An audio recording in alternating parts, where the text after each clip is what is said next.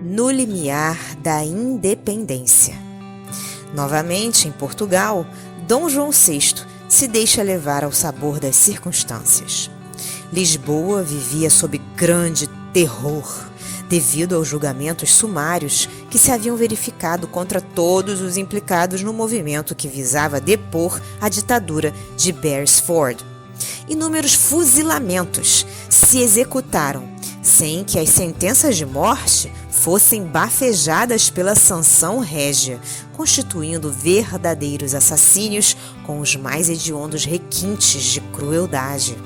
O soberano, que trazia constantemente na memória a figura de Luís XVI colada à guilhotina, sujeita-se a todas as imposições dos revolucionários. Jura a Constituição portuguesa sem o assentimento da rainha Dona Carlota, que é exilada para a Quinta do Ramalhão, onde ficará com o filho Dom Miguel, urdindo novos planos inspirados pela sua desmesurada ambição. Os portugueses influentes consideram o perigo da independência brasileira a mais preciosa gema que se engastara a coroa da Casa de Bragança estava prestes a desprender-se para sempre. Todas as providências contrárias à pretensão dos brasileiros são adotadas imediatamente. Um período agitado surge na política da época entre os polos antagônicos do absolutismo e da democracia.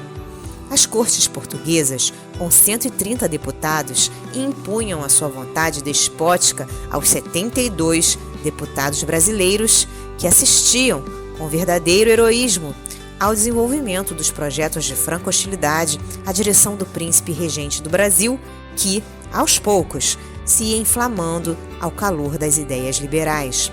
Aqueles poucos deputados apresentam um projeto criando na América um congresso independente das câmaras organizadas na Europa. Projeto que é recebido pelos portugueses como um insulto à dignidade nacional.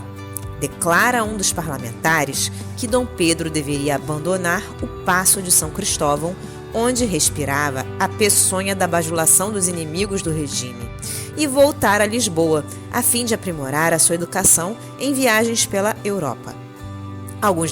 As agitações se intensificam num crescendo espantoso. Deputados brasileiros, como Araújo Lima e Antônio Carlos, agredidos pela população, se veem coagidos a emigrar para a Inglaterra. A caravana de Ismael desvela-se pelo cultivo das ideias liberais no coração da pátria e, através de processos indiretos, procura espalhar por todos os setores da terra do cruzeiro as sementes da fraternidade e do amor. É então que a personalidade espiritual daquele que fora o Tiradentes procura o mensageiro de Jesus, solicitando-lhe o conselho esclarecido quanto à solução do problema da independência. Anjo amigo, inquire ele, não será agora o instante decisivo para a nossa atuação? Por toda parte, há uma exaltação patriótica nos ânimos. As possibilidades estão dispersas, mas poderíamos reunir todas as forças para o fim de derrubar as últimas muralhas que se opõem à liberdade da pátria do Evangelho. Meu irmão, pondera Ismael sabiamente, o momento da emancipação brasileira não tardará no horizonte de nossa atividade. Todavia, precisamos articular todos os movimentos dentro da ordem construtiva, a fim de que não se percam as finalidades do nosso trabalho. O problema da liberdade é sempre uma questão delicada para todas as criaturas, porque todos os direitos adquiridos se fazem acompanhar de uma série de obrigações que lhes são correlatas. Cumpre considerar que toda elevação requer a plena consciência do dever a cumprir.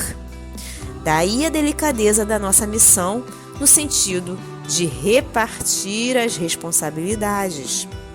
Precisamos difundir a educação individual e coletiva dentro das nossas possibilidades, formando os espíritos antes das obras. No problema em causa, temos de aproveitar a autoridade de um príncipe do mundo para levar a efeito a separação das duas pátrias com o mínimo de lutas, sem manchar a nossa bandeira de redenção e de paz com o pungente espetáculo das lutas fratricidas. Cerquemos o coração desse príncipe das claridades fraternas da nossa assistência espiritual. Povoemos as suas noites de sonhos de amor à liberdade, desenvolvendo-lhe no espírito as noções da solidariedade humana. Individualmente considerado, não representa ele o tipo ideal, necessário à realização dos nossos projetos. Voluntarioso e doente, não tem, para nós outros, um cérebro receptivo que facilite o nosso trabalho. Mas ele encarna o princípio da autoridade e temos de mobilizar todos os elementos a nosso alcance para evitar os desvarios criminosos de uma guerra civil. Trabalhemos mais um pouco junto ao seu coração irrequieto, procurando, simultaneamente, abrir caminho novo à educação geral. Em breves dias, poderemos concentrar as forças dispersas para a proclamação da independência e, após semelhante realização, enviaremos nosso apelo ao coração misericordioso de Jesus, implorando das suas bênçãos novo rumo para a nossa tarefa, a fim de que a liberdade, bem aproveitada e bem dirigida, não constitua elemento de destruição na pátria dos seus sublimes ensinamentos. As sábias ponderações de Ismael foram rigorosamente observadas por seus abnegados companheiros de ação espiritual.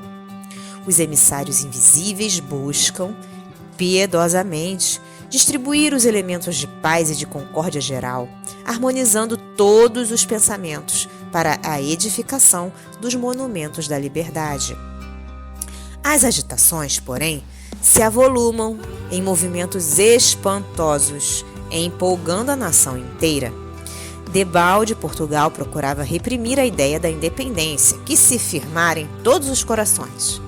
Assim, enquanto os brasileiros discutiam e conspiravam secretamente, a frota do vice-almirante Francisco Maximiano de Souza, sob o comando do coronel Antônio Joaquim Rosado, com 1.200 homens, partia de Lisboa para o Rio de Janeiro, com ordem terminante de repatriar o príncipe Dom Pedro. Se você gostou desta obra, colabore com a divulgação dos ensinamentos trazidos pelos benfeitores do plano espiritual. Adquira um bom livro espírita e ofereça-o de presente a alguém que ama. O livro espírita, além de divulgar os ensinamentos filosóficos, morais e científicos dos espíritos evoluídos, também auxilia no custeio de inúmeras obras de assistência social, escolas para crianças e jovens carentes, etc. As obras espíritas nunca sustentam financeiramente os seus escritores. Estes são abnegados trabalhadores na seara de Jesus, em busca constante da paz no reino de Deus. Adaptação do texto do Espírito Irmão W. Porque nós somos cooperadores de Deus. Paulo, Primeira Epístola aos Coríntios, capítulo 3, versículo 9.